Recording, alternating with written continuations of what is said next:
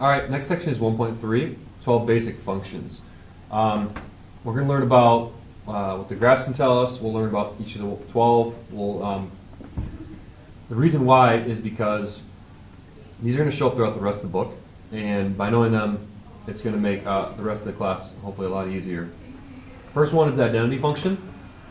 I'm sure this looks familiar. You've seen this quite a bit, but we use it all the time in this class. Like, for example, later we'll use it when we find inverse functions, because the inverse function is just the reflection over the line y equals x of the original function. So it shows up over and over again.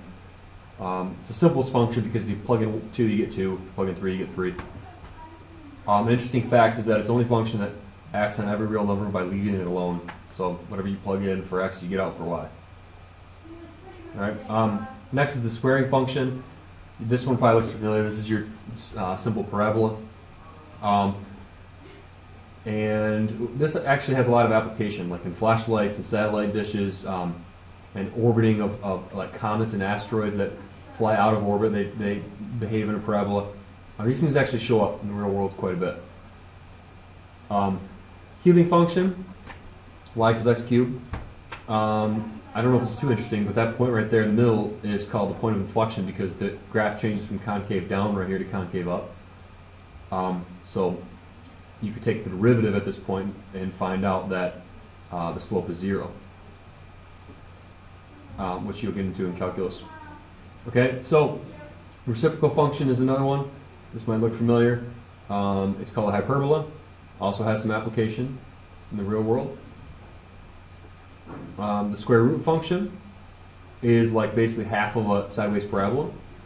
If you do plus or minus the square root of x, you'll get the bottom part down here. It's basically the inverse we'll find out later of a regular parabola. And the reason we don't graph the bottom part is because it wouldn't be a function then. It wouldn't pass the vertical line test. All right. Next is the exponential function. This has tons of application.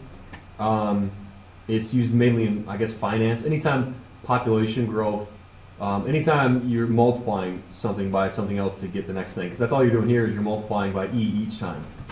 All right, and we don't have to use e as our base. We'll use other numbers as our base, but this is exponential growth.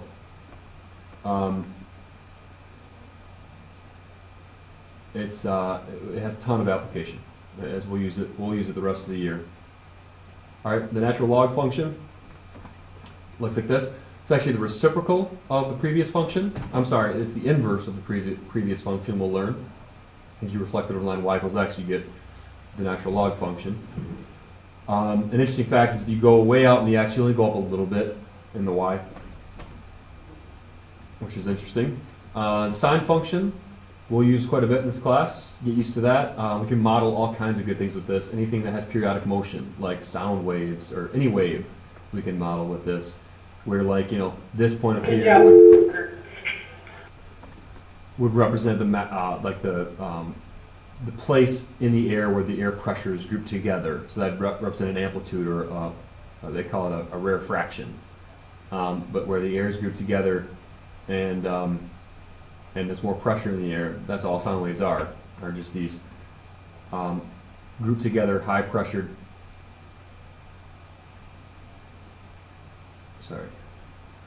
grouped together high pressured regions with low pressure regions and then high pressure region, right? And it just makes a wave. Well, we can represent that here with this is the high part, low part, high part, and so on of the sine function. Same thing with cosine, only it's just shifted over 90 degrees from the sine, so they're basically the same thing. We'll learn that identity later in this class. Absolute value function is interesting because it's the only function that changes so abruptly, where you're going to learn later that there's an infinite number of slope lines here. So you don't know what the slope is at this point, it's undefined. But yeah, it doesn't go negative unless we reflect it over the x-axis. Okay, next one is the greatest integer function. This function will be used like for good ones for temperature, things like that, where you don't have necessarily decimals. So if you enter in 1.2, it's still 1. If you enter in 1.9, you still get 1 out. So it just rounds down to the next lowest integer. That's all the function does. And it looks like this on a graph. Okay, the logistic function looks like this. It's great for population growth because population growth is logistic, where it begins growing exponentially, but then it reaches some kind of limit to growth. This up here is called the limit to growth, we'll learn. So this has tons of application in the real world as well in biology. Okay, so let's look at the domain. One of the functions has the domain that is a set of all real numbers except 0. Which is it? Well, that'd be the reciprocal, the reciprocal function, y equals 1 over x. And the reason why is because there's an asymptote here at 0. So the domain would be all real numbers except you can't plug in 0 because 0 will give you undefined. You'd be dividing by 0. All right. Next, they want us to graph this. Next example, we'll do one more. We want to graph this hyperbola. This thing's been shifted down 1 unit. So it's down 1 and it opens down, but it's a parabola. And then it wants to know when is it increasing. It's increasing from negative infinity all the way up to 0. You can include 0 if you want.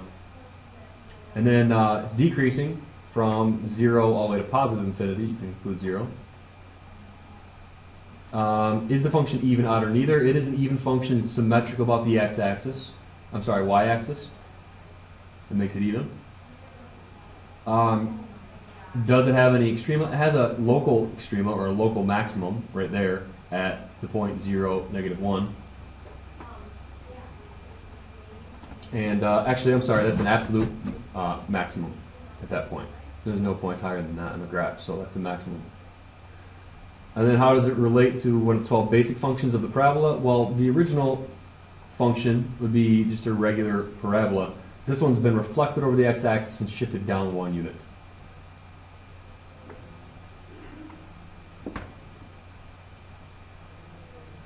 All right, here's just an image of all 12, which is a summary.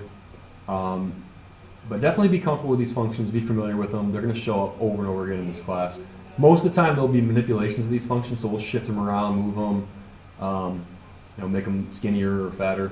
But we are going to use these functions throughout the whole year. I hope this helps.